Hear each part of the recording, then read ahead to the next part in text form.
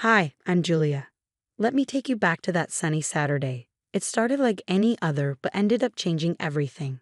As I pulled into my brother Ethan's driveway, I felt a mix of excitement and nerves. It had been a while since the whole family gathered, and I was eager to see everyone, especially since I had just landed my new job as a manager at a top marketing firm. My old car, a 2002 blue sedan, was packed with bags of chips and homemade salsa. It wasn't much to look at, but it was mine, paid off and reliable. As soon as I got out, Ethan was the first to greet me. "Hey, Jules, we were starting to think you'd bailed on us." "Never," I laughed, handing over the snacks. Traffic was a nightmare. Walking into the backyard, the smell of grilled burgers hit me. And there was Vanessa, Ethan's wife, looking like she just stepped out of a magazine shoot in her summer dress and designer sunglasses. My parents waved from the grill, and my younger siblings, Mike and Sarah, were setting up outdoor games.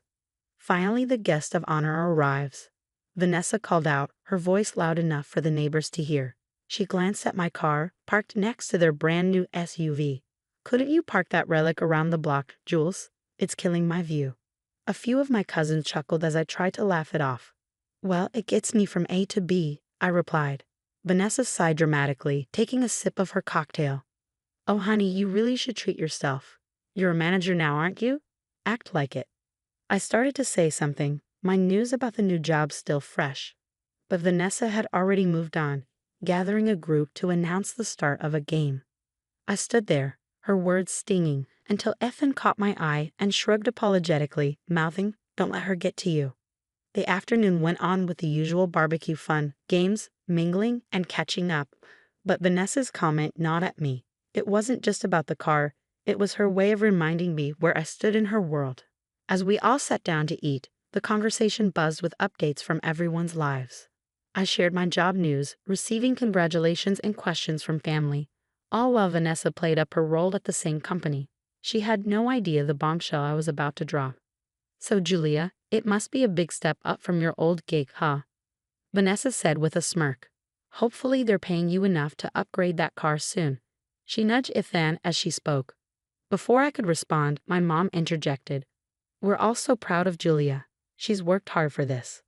The meal went on with laughter and stories, but tension simmered just below the surface. As the sun set and people started saying their goodbyes, I helped clean up, all the while thinking about Vanessa's arrogance and the reality of what awaited on Monday. That Monday morning, walking into the sleek glass building, my stomach was in knots. First days are always nerve-wracking, but this one was different. I was stepping into a managerial role at one of the most prestigious marketing firms in the city. The receptionist greeted me warmly. "Good morning, Julia. They're ready for you upstairs." Stepping out of the elevator, I was greeted with applause from my new team. The director, Mr. Carter, shook my hand. "Everyone, let's officially welcome Julia as your new project manager." The room buzzed with excitement, but my eyes quickly found Vanessa. She was clapping, but her smile was tight and her applause hesitant.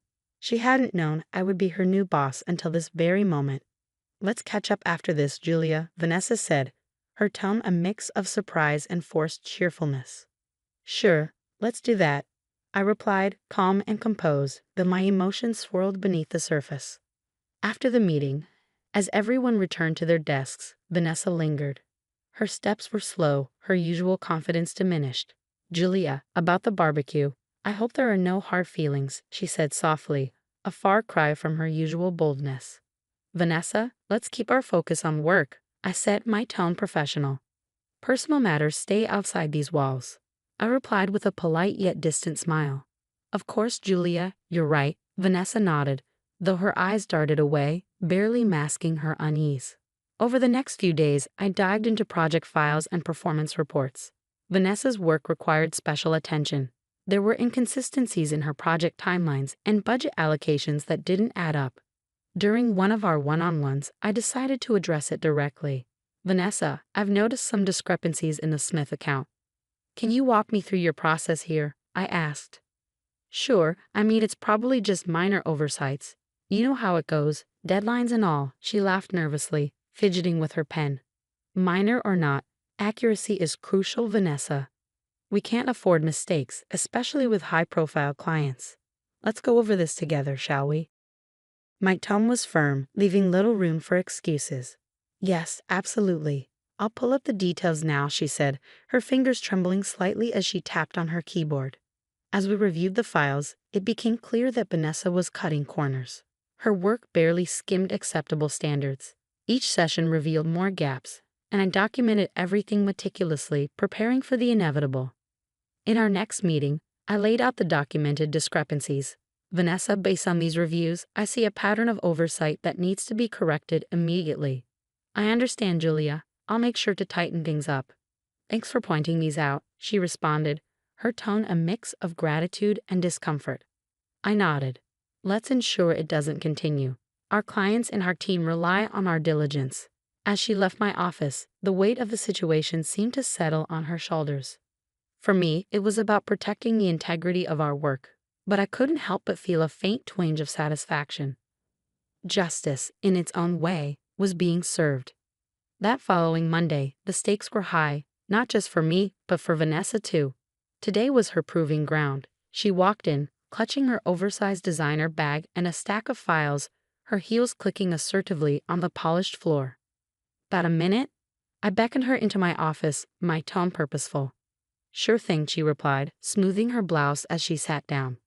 I'm putting you in charge of the Henderson project, I said, laying out the project details in front of her. It's small but crucial. Think of it as an opportunity to showcase your skills. Vanessa's eyes flicked up, a mix of nervousness and excitement shining in them. Really? Thanks, Julia. I won't let you down. I nodded, watching her closely. I'll be guiding you through it, but I want to see what you can do when you're leading. As the days rolled on, I kept a close watch on her progress. Meetings were frequent, and I documented every decision and approval. Vanessa's initial enthusiasm began to wane as the pressure mounted.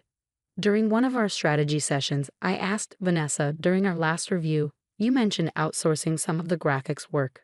Have you vetted the vendor properly? Oh yeah, they're good. I think they'll be fine, she replied hastily. It's crucial they're more than just fine. Can you share the vetting process you followed? I pressed, knowing any misstep now would be on record. She fumbled through her files, her facade of confidence slipping. I'll get that info to you by the end of the day. I just didn't bring the paperwork with me right now. Days turned into weeks, and the project deadline loomed. In a team meeting, it was Vanessa's turn to present her progress. The room was full, and the air was thick with anticipation. Vanessa stood at the front, her report in hand, but her usual poise was absent. All right, let's see. For the marketing strategy, we're planning to. She stumbled over her words. Her report lacked the depth and clarity expected. Mr. Carter, seated in the corner, raised his eyebrows and gave me a slight nod. This was the moment. Vanessa, I interjected, could you elaborate on how the budget was allocated? There seemed to be some discrepancies between your report and the initial estimates. Her face flushed. Well, I had to make some last-minute changes. The costs, they kind of got away from me. I see. It's crucial we stick to the planned budgets, especially with new clients, I remarked, turning to share a look with the team. It's important we all learn from this. The meeting ended, and as the team shuffled out, murmurs of concern about the project's status filled the room. Vanessa lingered, her defeat almost palpable. Julia, I tried to handle it. I don't know what went wrong, she confessed, her voice low. Managing projects is about oversight and adaptability, Vanessa. Let's discuss how we can rectify this, I said, my tone firm but not unkind. I knew this moment wasn't just about her failure, it was about setting a standard for everyone. Vanessa nodded, agreeing to meet later. I documented everything carefully. Her mismanagement was now evident to the entire team. Though I took no pleasure in her struggle, I knew it was necessary to protect the company and its clients. This was about justice, not revenge. Upholding professional standards was key. The day after that disastrous meeting, the office was eerily quiet. As I made my way to my desk, whispers trailed behind me like a shadow. Vanessa, pacing by the water cooler, intercepted me before I could sit down. This was a setup, wasn't it? You've been out to get me from the start, she accused, her voice tense and strained with anger and confusion. I gave you an opportunity, Vanessa. The outcome was in your hands, not mine, I replied, calm and measured against her rising tone. But you watched me fail. You could have helped more, you could have guided me, she said, desperation creeping into her voice. Helping is one thing, doing your job for you is another. We all have to meet our standards, and unfortunately, you didn't meet yours, I said. She scoffed, throwing her hands up in frustration. So that's it, huh?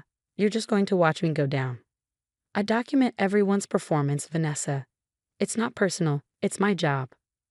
Later that afternoon, Mr. Carter called us into his office. The atmosphere was thick, almost suffocating, as Vanessa and I sat across from him. He laid out the papers I had compiled, mismanaged budgets, unvetted vendors, timeline discrepancies. After reviewing the evidence and considering Julia's observations, we've decided it's best for the company that we part ways with you, Vanessa, he said firmly. Her face went pale, the fire in her eyes extinguished by the weight of the decision. I understand, was all she could manage, her voice barely a whisper.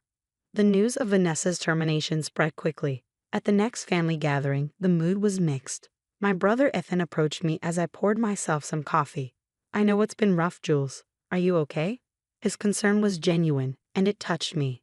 I did what was necessary, Ethan. It wasn't about revenge, it was about integrity. He nodded, clapping a hand on my shoulder. I know, sis, and I think, deep down, everyone else knows too. Our parents, ever supportive, made no comment on Vanessa's absence, choosing instead to focus on the family being together. As the night wore on, the heaviness lifted somewhat, laughter and chatter filling the space between us. Driving home later, the quiet hum of my old reliable car gave me a moment to reflect. Sitting in the driver's seat, watching the streetlights blur past, I considered everything that had happened. My job had demanded tough choices, ones that affected not just me, but the people around me. While I never sought to hurt Vanessa personally, my role was clear: uphold a standard. Ensuring justice at work meant making hard decisions, even if they impacted family. And while the weight of those decisions was heavy, I drove on knowing I'd done my job with as much fairness and integrity as I could muster. The road ahead was clear, guided by the principles I valued most. And that wraps up our story. What do you think? Was Julia right in her handling of Vanessa's situation, strictly upholding her professional duties? Or could she have been more supportive despite their past issues? Share your thoughts in the comments below. And don't forget to like the video and subscribe for more content like this. Your support keeps these stories coming.